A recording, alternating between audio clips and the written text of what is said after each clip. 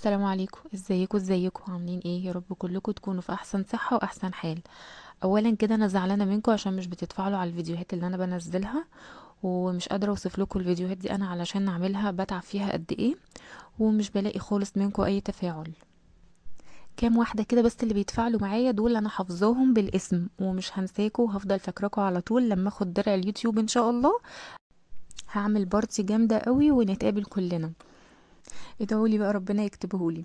المهم تعالوا بقى نشوف هنعمل ايه قبل بقى ما نبدأ في اي شغل. النهاردة الشغل جامد قوي قوي قوي، فما تبخلوش بقى باللايك قبل ما ابدأ الفيديو. حطوا لايك عليه. بصوا يا جماعة، دي بوتات زرع بتتباع، عايزة اقول لكم معدية ال200، والله انا شفتها معدية ال200. واللي بينزل الجاليري والاماكن اللي بتبيع البوتات دي هيبقى عارف ان هي فعلا سعرها عدى ال200. انا ليه مش مصدقه نفسي كده ان هي عدت ال200؟ لان انا كنت شايفاها من شهر كده او حاجه، كانت ب120 تقريبا. نزلت اسال عليها تاني لقيتها ب220. فطبعا قلت خلاص بقى كفايه كده، مش هفضل كل شويه انزل اسال علشان مستغليه السعر. اكيد يعني سعرها مش هينزل، انا هفضل كل شويه اسال بقى ليه. فخلاص انا كان عندي تقريبا كده نص الخامات، هنزل بس اجيب حاجات بسيطه. عندي البوتات بتاعة الزرع دي، وعندي الفل، وعندي الحاجات البسيطة اللي انا هستخدمها. كان ناقصني بس الفروع بتاعة الزرع. وعايزة اقول لكم الفروع دي سعرها عبيط قوي. يعني الفرع الاخضر عامل 20 او 25 حسب الطول بتاعه، وفرع الفل هتلاقوه عامل 45 جنيه. دي اغلى حاجة انا شفتها. فطبعا تكلفتهم ان انا اعملهم بنفسي اقل بكتير جدا من ان انا اشتريهم. فاعتمدت بصراحة وقلت خلاص انا هبدأ اعمل البوتات. عاوزة اقول لكم ان الطريقة حصري عندي، مش هتلاقوا اي حد خالص عاملها على اليوتيوب او غير اليوتيوب حتى. الطريقة دي انا ما شفتهاش خالص. انا الفكرة جت في دماغي بس لان لقيت الحاجة فعلا بره مكلفة جدا، فانا كان نفسي فيهم فقلت خلاص انا هعملهم. وكمان ادي البنات فكرة، للي حابب برضو ان هو كان يشتريهم وكان مستغليهم زيي يبدأ فورا ان هو ينفذهم، لان بجد تكلفتهم ولا حاجة. يلا بقى نسمي بالله ونبدأ الفيديو على طول. بصوا يا بنات، مبدئيا كده البوتات دي كانت عندي، كان فيها زرع طبيعي وانا غسلتها كويس جدا، بس حسيتها من عشان كانت متعرضة للشمس فكان لونها فاتح كده، او لونها غير يعني، مش زي ما كانت لونها اسود كده لما كانت جديدة. فجبت بقى كان عندي لون مية اسود، وابتديت بقى ان انا ازوده كده بالمية. على فكرة اي لون، حتى لو جبتي اللون العادي اللي هو بندهن بيه ده من غير اي بوهية او اي حاجة هيدهن معاكي البوت. الاهم بقى ان انتي تستخدمي ورنيش مائي بعد دهان البوت على طول، يعني بعد ما ينشف. في ورنيش المائي ده انا وريتهولكوا في الفيديو اللي فات، والفيديو ده بصوا صديقي الصدوق كده في كل حاجة بعملها هاند ميد، مش بستغنى عنه بصراحة. فبجيب العلبة، بتقعد عندي كتير. المهم بعد ما بتدهنوا البوت بتدهنوه بالورنيش الابيض ده، انتوا هتلاقوا لونه ابيض كده. بعد كده لونه بقى بيفتحها خالص، بيبقى شفاف نفس لون الحاجه اللي انتوا دهنتوها. ده يا بنات فايدته ايه؟ فايدته ان لو جه ميه على اي حاجه انت دهنتيها، البوت بقى او اي حاجه تانية انت دهنتيها، الحاجه دي مش هتقشر، مش هتغير لون، مش هيحصل لها اي حاجه، مش هتتجرح. ده مفيد جدا ومهم جدا لاي حاجه انت بتدهنيها، بيحافظ على الحاجه. تعالوا بقى نشوف عملت ايه. بصوا اول بوت انا عملتها دي استخدمت فيها الفلين الاسود. كان جايلي كده في طقم، طقم قابل للكسر يعني. فاحتفظت بيه علشان انا عارفه ان انا بحب الهاند ميد والحاجات دي، فقلت اكيد هينفعني في يوم من الايام. وده فل ابيض برضو. استخدمت الفل الاسود للزرع الاخضر، والزرع اللي هو الابيض ده الفل استخدمت له الفل الابيض علشان يبقى لونه لايق كده معاه، ما يكونش الوانات كتيره كده في بعض، هيبقى شكله مش ظريف خالص. المهم بقى يا بنات هنقص ازاي. انا كنت بشاور لكم لو انا عايزاها تتقص على 3 فروع بتنيها كده تانيتين والتانية التالتة واقوم قصة بالمقص. لو عايزة اتنيها على 4 بتنيها برضو كده على ايديا 4 تانيات، وببتدي ان انا اقص بالمقص. البوت الاخضر انا قصيته على 3، الفل ده قصيته على 4 لان هو الفرع بتاعه طويل. وكمان قلت تغيير يعني عشان ابقى عملت بوت 3 فروع والبوت التاني 4. وببتدي بقى ان انا افتح له فتحات كده بالسكينة وبثبته بالشمع، كل فرع بثبته بالشمع علشان بقى لو البوت وقع حد من الولاد شده يبقى برضو متثبت كويس. والبوت التالتة دي كانت شبه الكرات كده او البصل الاخضر، شكلها قمر قوي. بصوا حطوها بقى في اي حتة، في التواليت ماشي، في المطبخ، في الريسبشن، بصوا بتبقى تحفة في اي مكان، بتنوروا وبتنطقوا.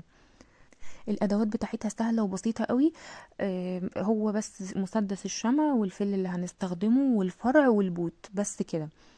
اسهل من السهولة. استنوا انتوا رايحين فين؟ لسه الفيديو مخلص، ده فيه افكار جهنمية مش هتلاقوها غير عندي هنا وبس. اهم حاجة اهو بفكرك كل شوية، لو وصلتي للدقيقة دي من الفيديو اوعي تنسي تعملي لي لايك. هو ده يا جماعة اللي بيشجعني وبيحمسني ان انا انزل فيديوهات، وان انا افضل افتكس كده واخترع وافكر كده في افكار جديدة ومختلفة علشان انزلها. لما انتوا بتبخلوا عليا باللايك بصراحة كده يعني بحس ان انا نفسي مسدودة، مش قادرة ان انا اقوم اشتغل، حتى لو في دماغي اي فكرة خلاص بقى يعني بحبط نفسي بنفسي كده. فعاوزة تشجيع منكم كده. فرع الفل بقى قلت له ده انت مقامك غالي قوي، مش هينفع ان انت تتحط كده على الدلسوار ويتاخد لك اي سيشن وخلاص زي اخواتك. تعالى كده معايا احطك على التيبل القمر دي واعمل لك احلى سيشن. يا جماعه الفرع ب45 جنيه، يعني مش هين برضه، فكل واحد ليه مقامه كده ياخد وضعه كويس. ايه رايكم بقى؟ قمر والله. قولوا لي تسلم ايدك يا دودة بقى في الكومنتات. ويلا بينا نشوف الفكره رقم 2. دول كده يعتبر كلهم فكره واحده. عندي بوهية قديمة جه عليها الزمن لحد ما النفط ده اللي فيها طلع، ولا مش عارفة اسمه ايه ده. هو انتوا اكيد عارفين، هو في حاجة كده بتتحط على البوهية وبيحطوها علشان خاطر يدهنوا بيها بقى. المهم انا كان عندي علبة اللبن دي بتاعت بنوتي، كنت محتفظة بيها، وانا عارفة ان انا طالما احتفظت بالحاجة يبقى اكيد هستخدمها في يوم من الايام. هاند ميد. عاشقات الهاند ميد اللي زي كده مش بيرموا اي حاجة ممكن تعمل لهم فكرة او تنفذ لهم اختراع. فلو انتي شايفة نفسك ان انتي فيكي الميزة دي، اكيد اكيد مش هترمي اي حاجة كده اللي هو يعني انا عايزة اخلص منها كده واخلص من الكركبة وخلاص. انا عارفة ومتأكدة ان اي حاجة بنحتفظ بيها بتجيب طاقة سلبية، بس لو احتفظتي بيها صح ولا هتجيب طاقة سلبية، وهتستفادي منها كمان بعد كده، بدل ما كنتي رميتيها وجبتيها بتمن اغلى بكتير. انا بحتفظ بيهم ازاي؟ اي حاجه شايفه ان هي هتفيدني بعد كده بجيب لها بوكس صغير كده، كرتونه يا جماعه صغيره، وبلمهم كده فيها وبحطها تحت السرير، فوق الدولاب. المهم ان حاجتي كلها ما تبقاش كده متنطوره في كل مكان، كيسه هنا وكيسه هنا، لا انا بلمهم كلهم في بوكس واحد. فطبعا ده ولا هيجيب طاقه سلبيه ولا هيخلي عندي كده يعني ان انا متضايقه من منظر الحاجه اللي قدامي. واول ما بجمع خاماتها، يعني خلاص الفكره جت في دماغي، بجمع لها الخامات بتاعتها، لاني بصراحه ما بنزلش اجيب الخامات مره واحده. بجمع الفكره بتاعتها وبعد كده بقى ببتدي ان انا انفذها. المهم يا بنات، علبه اللبن دي انا عملتها ازاي؟ خليت جوزي كده بالشنيور يعمل لي ليها فتحات في الارضيه بتاعتها ومن الجناب كده علشان احط فيها الحبل ده. الحبل ده كديكور، ممكن تعلقيها منه وممكن تخليها كده موجوده على المطبخ، على الرخامة، وتحطي فيها المعالق زي ما انا عملت كده. اهم حاجة بعد كل دهان ما ننساش الورنيش المائي. الورنيش المائي هو اللي بيثبت معانا الدهان. على فكرة انا ممكن احط لها اي تاتش جولد كده، انا حاسة ان هي ناقصها حاجة. يعني الفكرة اللي فاتت دي احنا لسه ما دخلناش على فكرة الازازة، حاسة ان هي ناقصها حاجة كده، ممكن قدام شوية تلاقوني غيرت كده فيها اي حاجة. فتابعوني كده ان شاء الله هتلاقوا فيه افكار جديدة. عايزه اقول لكم بقى ان انا لما حطيت فيها المعالق حلوه جدا.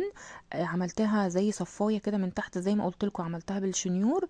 فلو فيها مثلا ميه او اي حاجه هي بتصفي نفسها، ما بيحصلش بقى جنزره ليها او صدى او اي حاجه خالص. فالحاجات البسيطه دي ممكن تفرق معاكم، فما تنسوهاش. يعني لو في ايديكم ان انتوا تعملوا الحاجات البسيطه دي اعملوها. تعالوا بقى نشوف الفكره دي.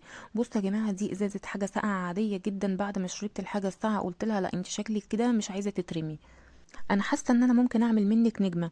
المهم دهنتها بالبوهيه البيضه اللي انتوا شايفينها، وبعد كده استنيتها تنشف. وطبعا صديقي الصدوق الورنيش المائي، حطيت لها الورنيش المائي وسبتها تنشف خالص. وبعد كده جبت اللي هو الخيط القماش ده او الدباره، انا مش عارفه اسمه ايه، بس هو تقريبا قماش، خيط خيش اسمه كده، خيط خيش. وابتديت بقى ان انا الف كده كذا لفه، وهعمل لها كده فيونكه قمرايه كده. حطيت لها بقى كام فرع هيش من الهيش الترندي ده، طالع ترندي برضو. ايه ده كل الجمال ده؟ لا بجد شياكه يا جماعه. حطيتها في كورنر الكوفي عايزه اقول لكم بقى ادت روح كده ليه مش قادره اوصف لكم، تحفه بجد.